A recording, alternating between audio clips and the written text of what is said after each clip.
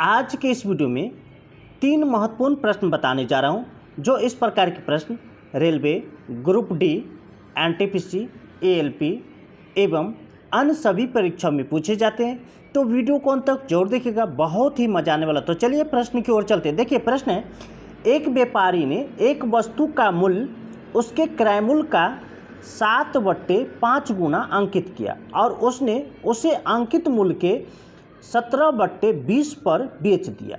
उस वस्तु पर उसका लाभ प्रतिशत कितना होगा? ध्यान से समझ। यहाँ पर जो क्रय मूल्य का लगा है, यहाँ पर का भाषा देखिए, तो इसका अर्थ हुआ क्रय मूल्य का जो है नीचे वाला भाग होगा।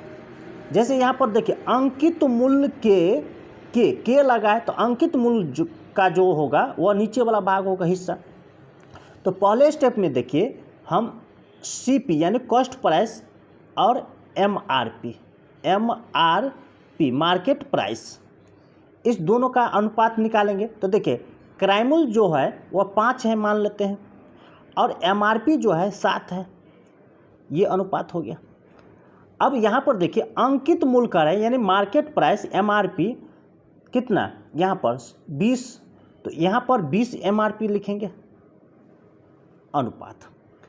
अब जो बचा बेच दिया मतलब सेल कर दिया, तो ऊपर वाला 17 हो जाएगा सेलिंग प्राइस, तो यहाँ पर सेलिंग प्राइस भी बैठा देते हैं एसपी, तो यहाँ पर कितना 17।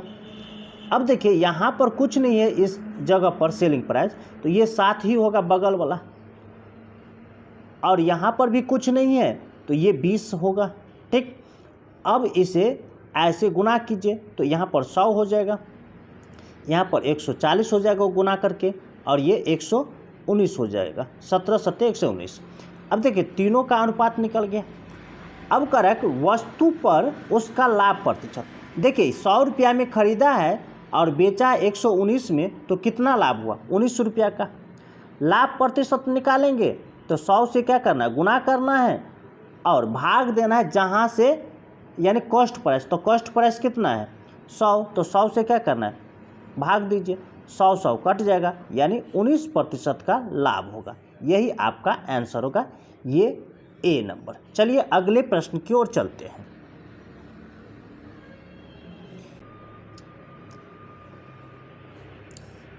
यहाँ पर देखिए समीकरण की संख्या 2 है। ठीक, समीकरण की संख्या जो है 2 है, और यहाँ पर चर पद 1 2 3, चरों की संख्या कितना है 3 है। जब समीकरण 2 और चर 3, तो यहाँ पर हल करने के लिए हमें जितने समीकरण है उतने ही चर होना चाहिए। तो चर की संख्या ज़्यादा है, तो एक चर हम मान लेते हैं, सी को मान लेते हैं हम 0 मान लेते हैं, अपने मन से कुछ भी मान सकते हैं। तो अब देखिए अगर सी 0 हो जाएगा तो इसमें बचेगा कितना, 2 चर मात्र बचेगा, और 2 समीकरण है, तो आसानी से हम हल कर सकते हैं। ठीक है, तो यहाँ पर देखिए c बराबर 0 हो जाएगा, तो सिर्फ यहाँ पर बचेगा a प्लस बी बराबर 6। यहाँ पर c बराबर 0, तो ये 0 हो जाएगा, ये 0 हो जाएगा, तो यहाँ पर बचेगा a b बराबर -2 बचेगा। अब यहाँ पर ये 0 हो जाएगा, ये 0 हो जाएगा, तो हमें निकालना क्या है, a cube plus B cube, यही निकालना है, सिर्फ ये हमें निकालना है। तो यहाँ पर देखिए दोनों तरफ हम अगर क्यूब कर देते हैं, दोनों तरफ क्यूब कर देते हैं, तो देखिए a cube plus B cube अब plus 3ab into a plus B बराबर 6 का क्यूब 216 होता है। ठीक, अब देखिए हमें ये निकालना है, तो यहाँ पर देखिए a cube plus B cube plus A B का मान कितना है -2, और गुने a प्लस बी का मान यहाँ पर कितना 6 आया है, तो 6 बराबर 216। ठीक, अब यहाँ पर देखिए,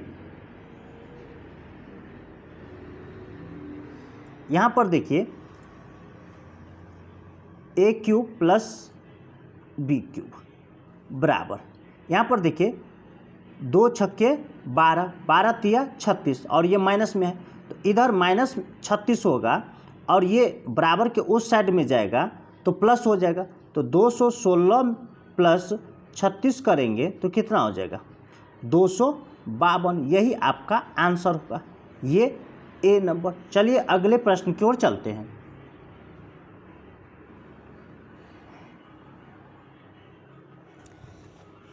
यहाँ पर देखिए 3 दोस्त है PQR एक व्यवसाय शुरू करते हैं। सहमति से P 6 महीने के लिए 25,000 रुपया लगाता है, Q 5 महीने के लिए 44,000 लगाता है और R 3 महीने के लिए 50,000 का निवेश करता है। अब लाभ जो होता है अंत में ये लाभ होता है, तो कह रहा है कि P का हिस्सा कितना है।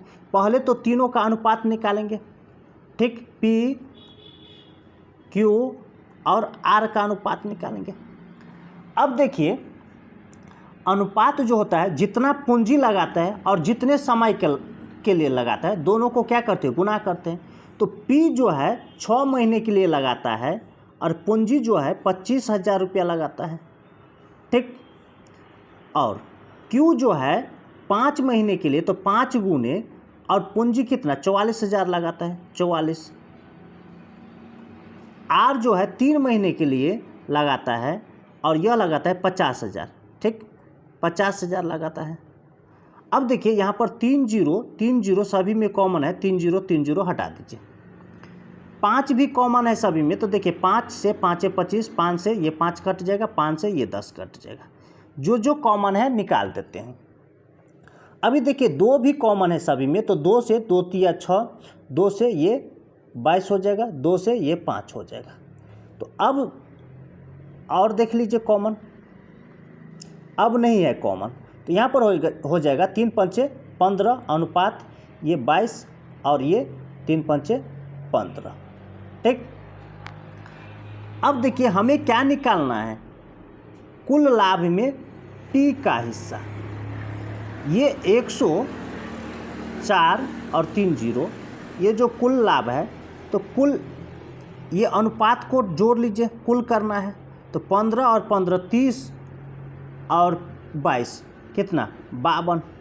हमें किसका निकालना है, P का। तो P का अनुपात क्या निकला है 15, तो 15 से गुना कर दीजिए। अब हल कीजिए, 52 दूना 104, ठीक, ये 2000 हो जाएगा। और 2000 गुने 15 तो कितना 15 दूना 30 और 3 0, तो 30,000 आपका आंसर होगा। यानी P का हिस्सा कितना होगा 30,000। ये आपका D नंबर आंसर होगा, ये D नंबर। इसी तरह का ट्रिक पाने के लिए हमारे चैनल को सब्सक्राइब कीजिए, लाइक कीजिए और अपने दोस्तों के साथ शेयर जरूर कीजिए। फिर मिलता है वीडियो, तब तक के लिए धन्यवाद।